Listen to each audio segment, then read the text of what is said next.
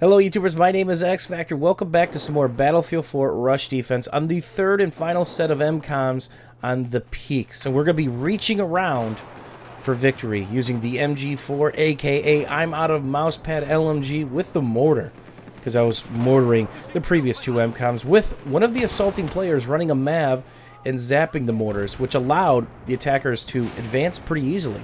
There wasn't the mortar spam that can usually happen on this map. That's very helpful to the assaulting team. So I got a couple mortar kills, got it MAV zapped a couple times, and we literally just got steamrolled off the first two mcoms. Now, there's some problematic things here. Number one, the commander has a UAV above my head, meaning I'm more than likely on the minimap, and I'm not using a suppressor. So this push might have been a little bit better if I would have pushed on through.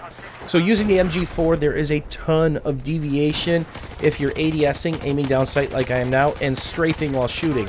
I am literally trying to stand perfectly still while burst firing and not mag dumping, allowing my bullets to be somewhat accurate. At the end, you see me kind of strafe there, because if there is incoming fire, I'm going to try to dance around that as I provide some pretty ridiculous suppression to these guys. Remember, there is random optic sway. The first bullet that goes by it is just random.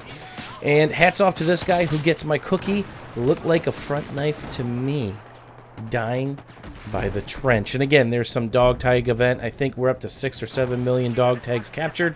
And it looks like we're easily going to get to 10 million. What is that? An extra battle pack. And more burst firing. So over my shoulder is that same path, and I'm very reliant on the other team members. That's probably my biggest pet peeve, is when support players don't throw ammo. If you get put up in a spot, if you're pillaring a spot, just drop a bag. If somebody needs ammo, they're going to come get it.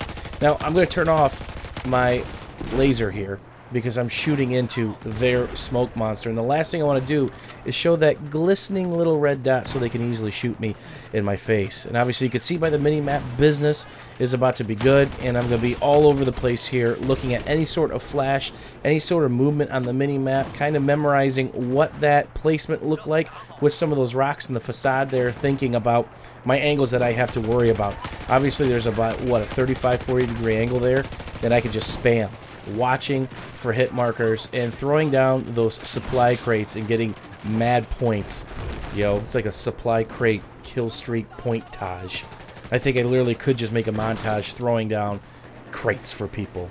I mean, literally, you can get thousands of points just throwing them there. So I'm not going to peek here. There's massive nades. Chuck out the C4, and now I'm going to peek, because you watch where these are, and sometimes you see how quickly they detonate or how long until they detonate, as long as it's not an impact. And that gives you the ability to say, oh, hey, that guy's really close.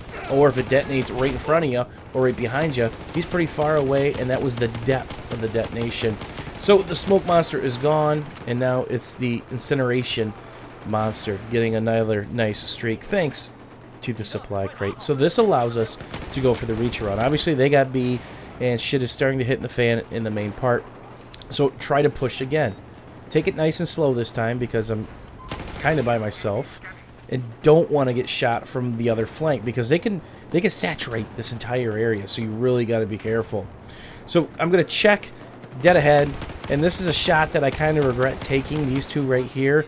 I probably should have gotten a little bit closer before I did this, because now there's guys scurrying around behind me on the mini-map. I'm trying to use this rock behind me to shade as much as possible, and this is the I am out of mousepad moment, where I'm literally tap firing this thing 2 to 4 round bursts as quick as I can, and I'm using that rock behind me to shade, and now I'm going to use this one to shade as I go through the ever so painful reload. Down to 34 tickets, and if we can push these guys, we might have a chance. And I don't know how that guy didn't see me, but obviously that little streak came to an end.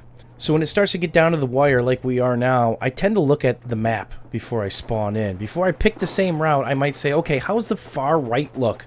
All right, we got plenty of guys there. How's the mid look? Starting to collapse. Or how's the lane that I was at look?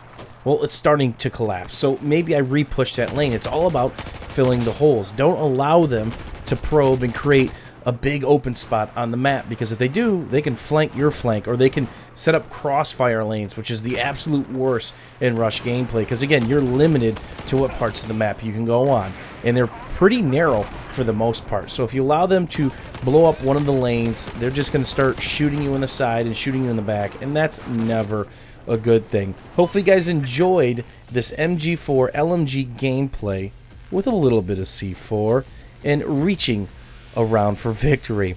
Hopefully you guys enjoyed this. If you have any questions or comments, don't forget to leave those down below. As always, thanks for watching. Thanks for hanging out. We will see you soon, YouTube. Have a great day.